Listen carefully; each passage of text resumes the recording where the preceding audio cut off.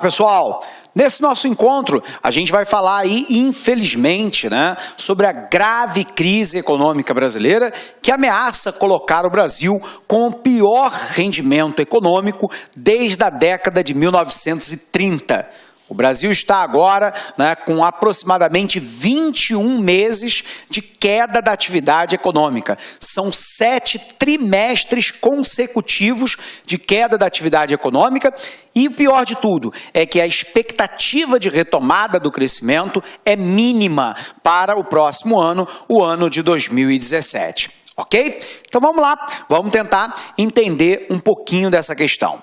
Primeiro, é preciso a gente ter a clareza da trajetória dessa queda da atividade econômica brasileira e tentarmos entender primeiro as causas.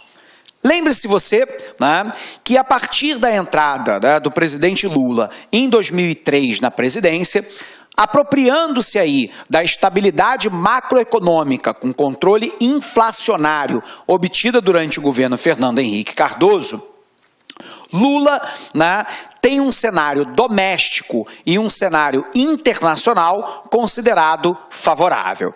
No que diz respeito ao cenário internacional, o mundo estava vivendo uma retomada do crescimento econômico. Isso, por si só, leva a um aumento da demanda de produtos que são exportados pelo Brasil. Lembrando que o Brasil é um grande exportador de commodities agropecuárias e minerais.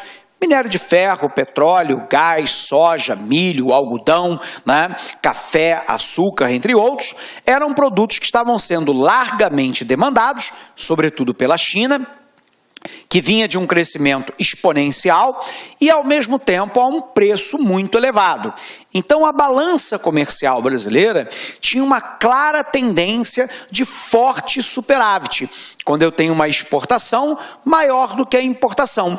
Isso permite, no cenário doméstico, a criação de mais emprego, de mais renda, de maior arrecadação tributária por parte dos governos. Então, o cenário externo era, sob o ponto de vista econômico, um cenário muito favorável. Por um outro lado, no cenário doméstico, nós havíamos obtido o controle da inflação durante o governo Fernando Henrique Cardoso com o Plano Real. Embora nós tivéssemos algumas situações muito adversas que Lula vai enfrentar. O primeiro, que pouca gente fala nos dias de hoje, sobretudo do PSDB, é que a dívida pública, no início do governo Fernando Henrique Cardoso, era de aproximadamente 36% do produto interno bruto, e ele entrega essa dívida para o governo Lula a 72% do produto interno bruto. Então, na verdade, a dívida praticamente dobrou durante o mandato de Fernando Henrique Cardoso. Então, houve ali claramente um descontrole das contas públicas. Por um outro lado, nós vamos observar o baixíssimo crescimento durante o governo FHC. A média de crescimento durante o governo FHC foi de apenas 2,2% ao ano. Por um outro lado, a gente estabilizou a inflação, mas não promoveu uma distribuição mais equitativa, igualitária, socialmente justa da renda durante o governo Fernando Henrique Cardoso. Nós tivemos uma forte contenção do gasto público com uma política fiscal e monetária contracionista, aumentando a carga tributária. No início do governo Fernando Henrique Cardoso, a carga tributária era correspondente a 27% do PIB e no final do governo dele já estava em 36,5%. É um aumento de 9,5 pontos percentuais de carga tributária em apenas 8 anos de governo. Por um outro lado, a gente pôde observar que durante esse período nós tivemos praticamente congelados os salários do funcionalismo público, levando aí algumas categorias a uma precarização da relação salarial, e tivemos aí um aumento do salário mínimo e, portanto, de 75% dos aposentados e pensionistas que ganham um salário mínimo, basicamente corrigindo a inflação do período passado sem qualquer ganho real. Diante desse quadro, então, Lula assume, de alguma forma, ele se beneficia do controle da inflação do governo Fernando Henrique Cardoso, Por um outro lado, tem alguns desafios, né? Que é promover a queda da dívida pública, ao mesmo tempo, promover uma distribuição mais equitativa da renda, e ele vai também se somar a isso ao bom cenário internacional. A aposta do presidente Lula foi jogar todas as fichas do governo nas políticas redistributivas de renda. E aí ele vai criar lá, primeiro, o Fome Zero, depois o Bolsa Família e outras políticas que são redistributivas de renda de maneira direta ou indireta. Ele reformula o FIES, que é o financiamento estudantil, cria lá o ProUni, que é o Programa Universidade para Todos, cria o programa Luz para Todos no campo no Brasil, passa a utilizar o BNDES como uma fonte importante de financiamento com juros baixos no mercado para o empresariado nacional e, com isso, nesse tempo de bonança internacional, de recomposição de renda no cenário doméstico, Lula aumentou o salário mínimo 64% acima da inflação durante o seu governo. Isso tem um aspecto positivo, porque distribui a renda de maneira mais equitativa, mas ao mesmo tempo agrava o problema do rombo da Previdência Social, já que 75% dos aposentados ganham apenas um salário mínimo. Então, nesse período de bonança, o Brasil cresce, a dívida pública se reduz. Nós saímos de uma dívida pública aí de 72% do PIB durante o governo de Fernando Henrique Cardoso para pouco menos de 60%, né, no governo Lula. Ao mesmo tempo que nós criamos uma nova classe média, que foi a classe C, e essa classe foi avidamente para o mercado consumidor, o que acabou gerando, por um outro lado, uma certa pressão inflacionária. Aqui, o governo Lula cometeu um erro grave. Ele apostou o crescimento do país, né, no consumo de massa.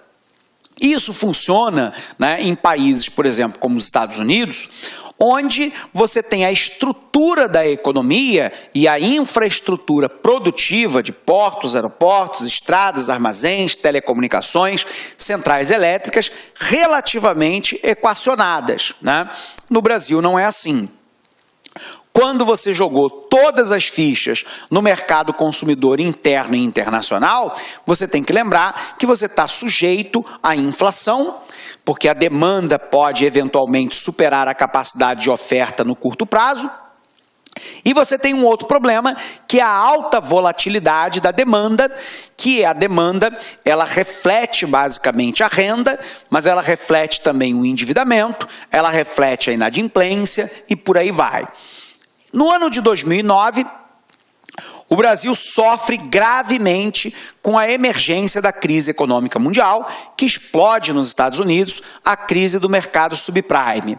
No ano seguinte, 2010, ano eleitoral, o presidente Lula reage com uma política fiscal expansionista, com aumento do gasto público e redução da tributação. Esse tipo de política é chamada de política anticíclica, para reverter o ciclo de queda da atividade econômica verificada no ano anterior, que foi o ano de 2009.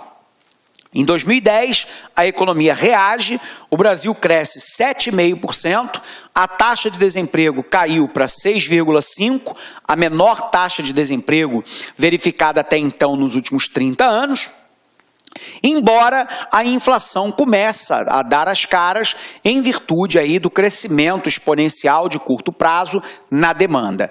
A presidente Dilma Rousseff ganha a eleição e ela tenta manter, né, essa política macroeconômica de uma política fiscal expansionista, repito, com gasto público em alta e reduzindo pontualmente a tributação, e com uma política monetária expansionista, reduzindo a taxa básica de juros, né, por parte do governo. A ideia era induzir um crédito mais barato para manter o consumo em alta e o investimento em alta, já que com uma taxa de juros mais barata, o empresariado pode investir mais em máquina, equipamento, ferramenta e instalação.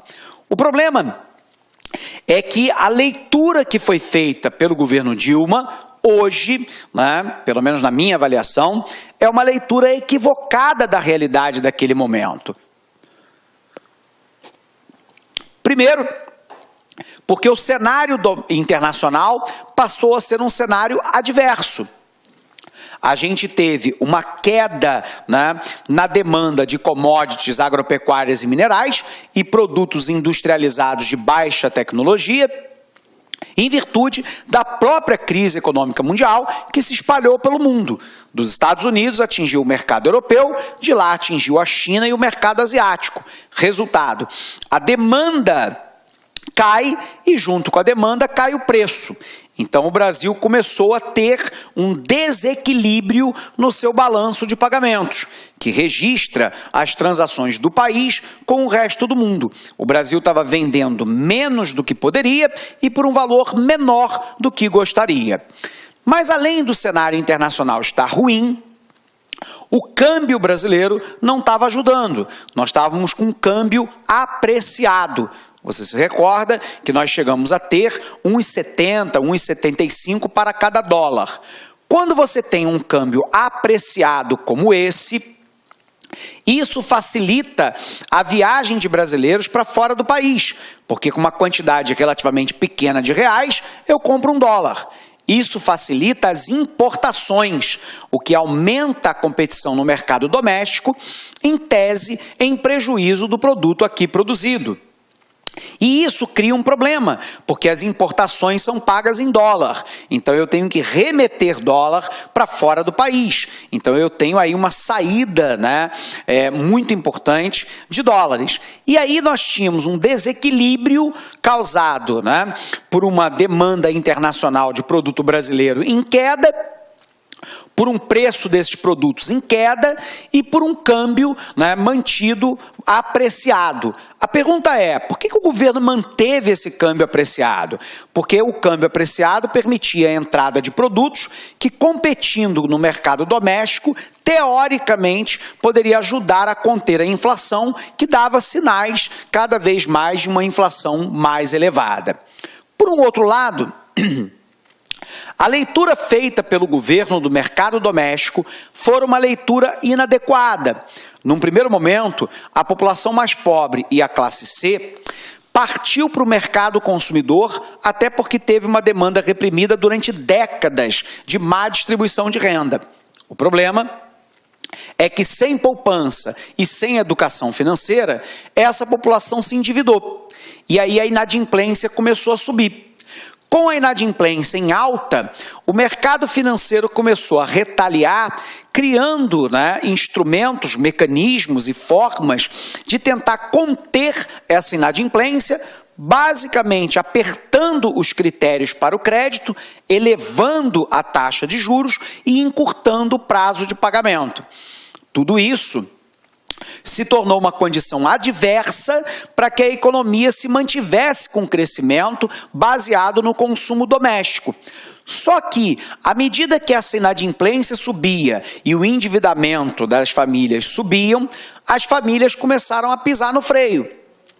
Se eu estou endividado, a ideia da família num primeiro momento era pagar a dívida para então voltar a consumir.